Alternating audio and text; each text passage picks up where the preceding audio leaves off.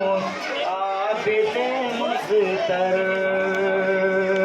40 برس روتے نہ کیوں عابد مزتر دعوت کوئی دیتا تو یہ فرماتے تھے سجاد دعوت کوئی دیتا تو یہ فرماتے تھے سجاد گر مجھ کو بلانا ہے تو مجلس تو بپا کر 40 برس روتے نہ کیوں عابد مزتر 40 برس روتے نہ کیوں عابد مزتر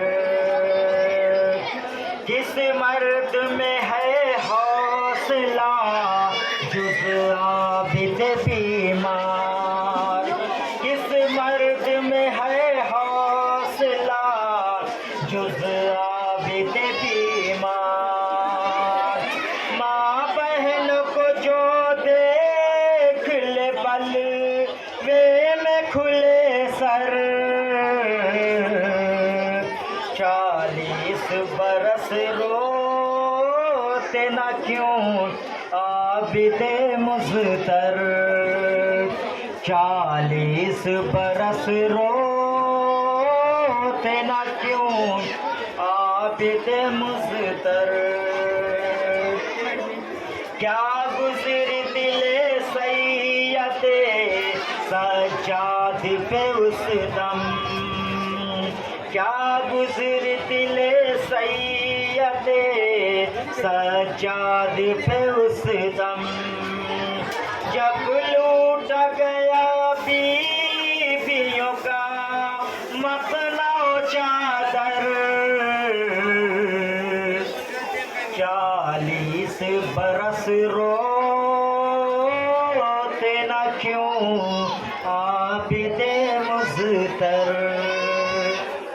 40 برس روتے نہ کیوں عابد مزتر تا عمر دھواں اٹھتا رہا آہوں میں ڈھل کر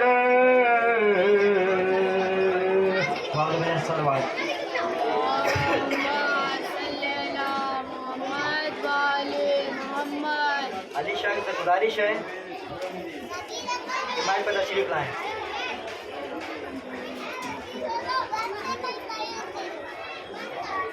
محمد والے محمد صلوات اللہم صلی علی محمد والے محمد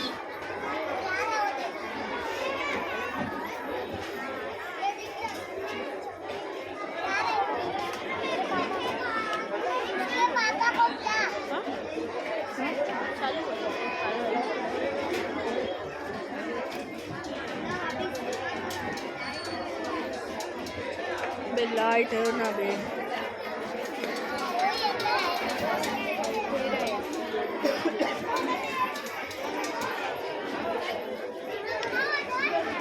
بہت بلند صلوات اللہم صلی علی محمد والے محمد میرے غازی کہاں ہو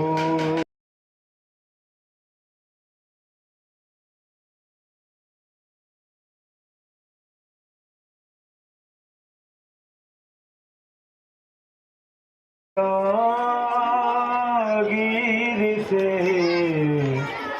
چل پڑا قافلہ میرے غازی کہاں ہو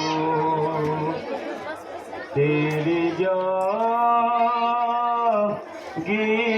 سے چل پڑا قافلہ میرے غازی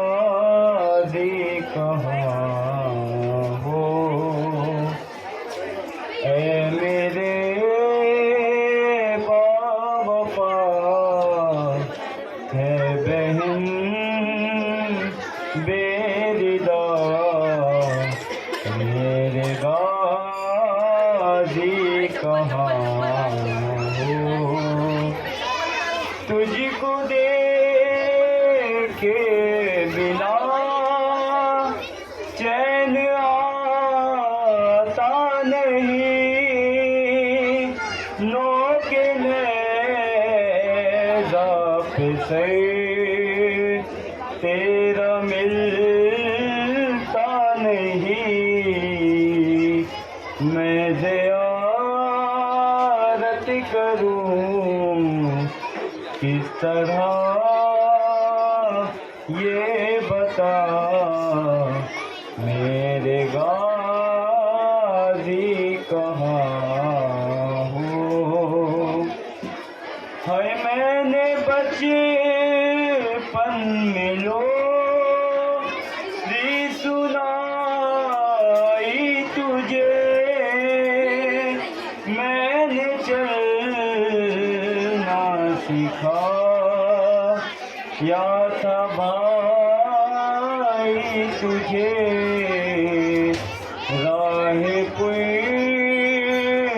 خار پہ مجھ کو چلنا سکھا میرے غازی کہاں ہو وہ تیری لاڈلی وہ سکینہ تیری چلتے نا کیسے جب خاک پہ گر گئی دیکھتی رہ گئی وہ سوئے القمر میرے غازی کہاں ہو تیری جاگیر سے چل پڑا قافلہ میرے غازی کہاں ہو بل محمد وعلی محمد صلی اللہ علیہ وسلم. تمام مومن سے گزارش ہے فرش اعضا پر تشریف لائیں. مجلس شروع ہونے جا رہی ہے. میں گزارش گزار ہوں باعزت و احترام جناب گلاب حسین صاحب سے وہ ممبر پر تشریف لائیں. آپ حضرات سے گزارش ہے بعوض بلند صلوات سے ان کا استقبال کریں. بعوض بلند صلوات. صلی علی محمد وعلی محمد.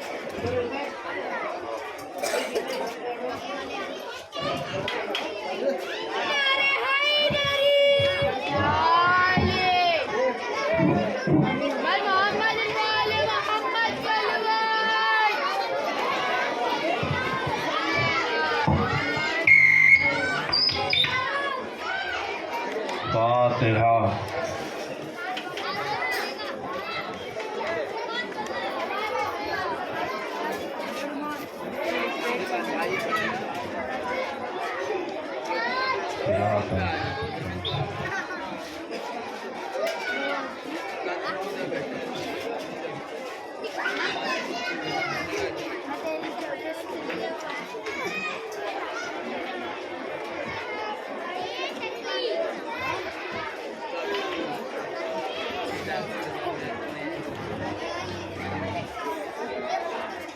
لا حول ولا قوة إلا بالله العلي العظيم. أعوذ بالله السميع العليم من الشيطان اللعين الرجيم. حسبنا الله ونعم الوكيل ونعم المولى ونعم النصير. الحمد لله الذي هدانا لهذا وما كنا لنهتدي لولا أن هدانا الله. لقد جاءت رسل ربنا بالحق. رب اشرح لي صدري ويسر لي أمري واحلل عقدة من لساني يفقهوا قولي. ثم الصلاة والسلام وتحيته والإكرام على أشرف الأنبياء والمرسلين سيدنا ونبينا وشفيع ذنوبنا مولانا أبي القاسم محمد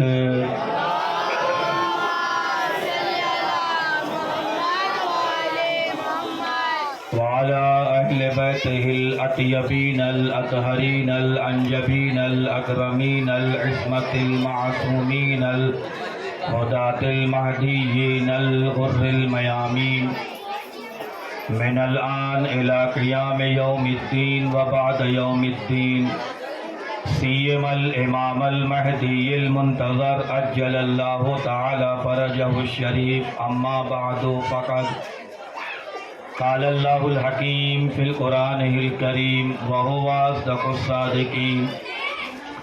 الله تبارك وتعالى وقوله الحق. بسم الله الرحمن الرحيم. وما خلقت الجن والانس الا ليعبدون. صلوات پڑھ دیں محمد وآل محمد پر.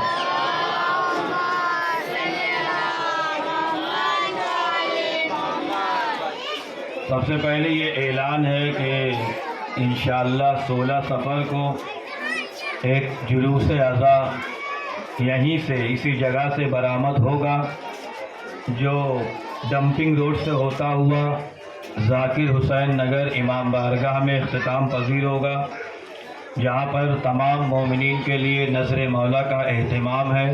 لہذا تمام مومنین سے گزارش ہے کہ اس جلوس میں زیادہ سے زیادہ تعداد میں شرکت کریں اور شہزادی کونین کو ان کے لال کا پرسہ دیں. یہ جلوس دعائے زہرا کمیٹی کی جانب سے نکلتا ہے، لہذا آپ لوگ زیادہ سے زیادہ شرکت کریں. صلوات پڑھ دیں محمد وآل محمد پر.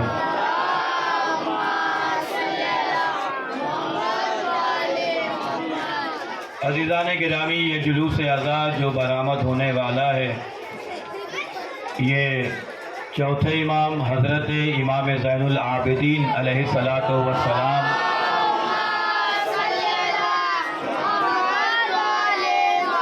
سے منسوب ہے، وابستہ ہے، اور لہذا جو آیت میں نے آپ کے سامنے پیش کی ہے، اس میں خداوند عالم نے ارشاد فرمایا وما خلقت الجن والانس الا لیعبدون. میں نے نہیں پیدا کیا ہے جنات اور انسان کو مگر یہ کہ وہ میری عبادت کریں.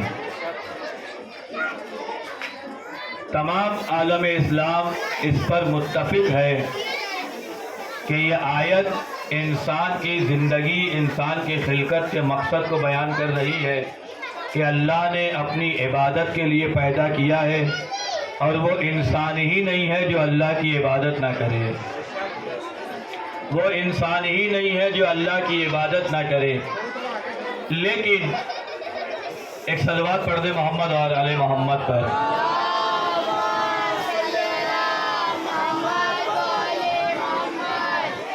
وہ انسان ہی نہیں ہے جو اللہ کی عبادت نہ کرے، وہ انسان ہی نہیں ہے جو اللہ کا سجدہ نہ کرے. لیکن اب میرا ایک سوال یہ ہے کہ جب بھی عبادت کا لفظ آتا ہے تو انسان کے ذہن میں نماز آتی ہے، روزہ آتا ہے، حج آتا ہے.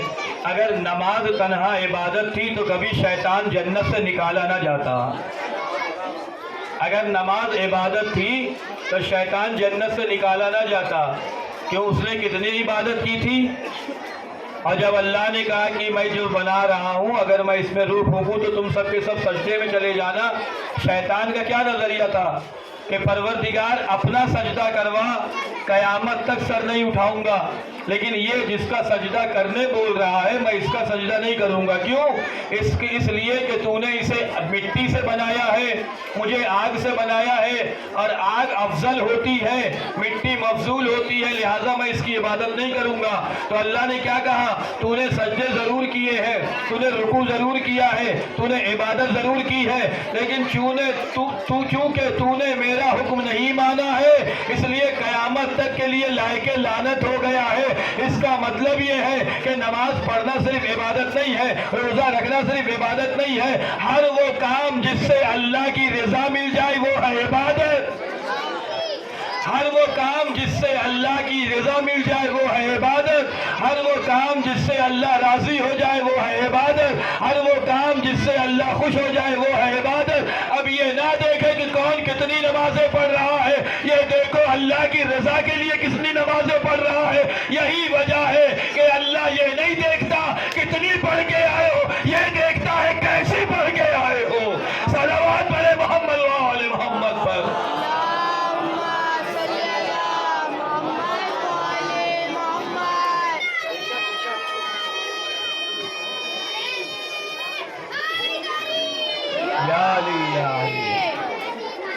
ایک اور صلوات پڑھ دے محمد والے محمد پر. اللهم صل على محمد وعلى محمد.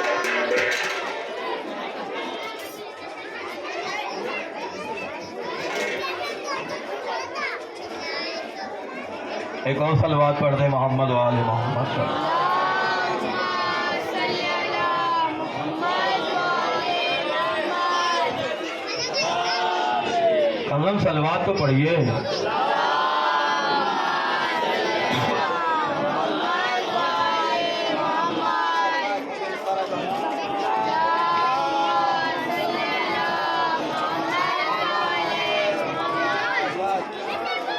وہاں دیکھتے رہیے لیکن ہم صلوات تو پڑھتے رہیے.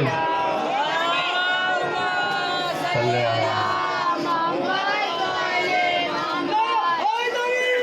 یا علی لعنت بے شمار.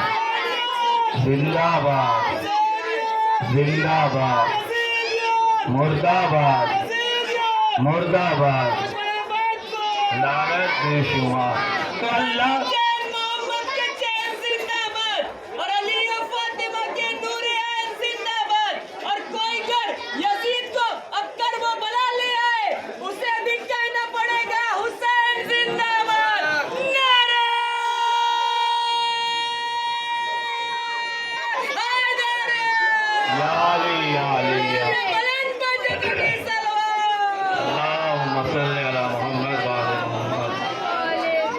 تو اللہ نے کبھی بھی یہ نہیں دیکھا کہ کتنی پڑھ کے آئے. اللہ یہ دیکھتا ہے کیسی پڑھ کر آئے. اگر اللہ نے یہ دیکھا ہوتا کہ کتنی پڑھ کے آئے تو حسین کی طرف بھی نمازی تھے, یزید کی طرف بھی نمازی تھے, حسین کی طرف بھی روزے دار تھے, یزید کی طرف بھی روزے دار تھے. لیکن کون سی ایسی وجہ تھی کہ ان کی نمازوں نے انہیں جنت تک پہنچایا, ان کی نمازوں نے انہیں جہنم تک پہنچایا. تو یاد رکھیے گا یہاں نمازی تو تھے, یہاں حافظ قرآن تو تھے, لیکن دونوں میں فرق یہ تھا یہاں نماز پڑھنے والے تھے, وہاں نماز بچانے والے تھے. یہاں نماز پڑھنے والے تھے, وہاں نماز بچانے والے تھے. یہاں روزے رکھنے والے تھے, وہاں روزے کو بچانے والے تھے. یہاں حافظ قرآن تھے, وہاں محافظ قرآن تھے. دونوں میں فرق یہ تھا جو حافظ قرآن تھے وہ زندہ رہ کر بھی مردہ تھے, جو محافظ قرآن تھے وہ نیزے پر بھی تلاوت کر رہے تھے. صلوات علی محمد وعلی محمد پر.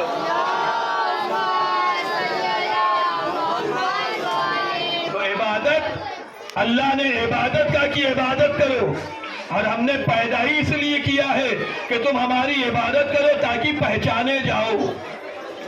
تم عبادت کرو تاکہ پہچانے جاؤ. کیوں؟ اس لیے کہ جب عبادت کرو گے تب پتا چلے گا کہ کس کے چاہنے والے ہو.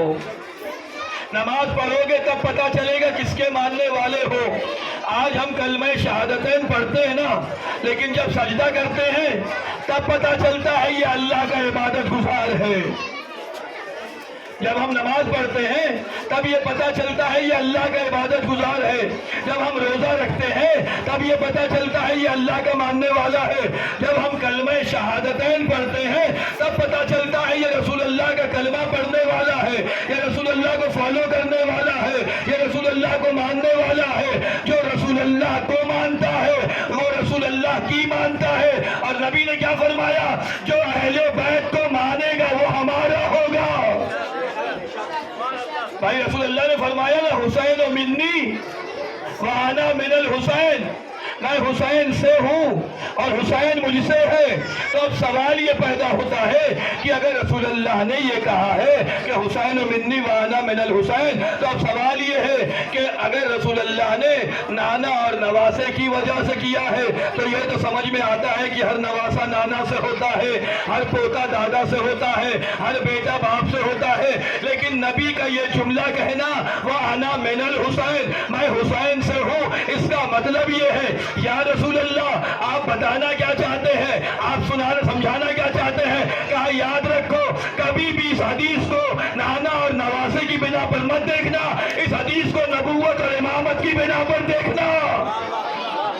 اس حدیث کو نبوت اور امامت کی بنا پر سمجھنا. کیوں؟ اس لیے کہ سن 61 ہجری سے پہلے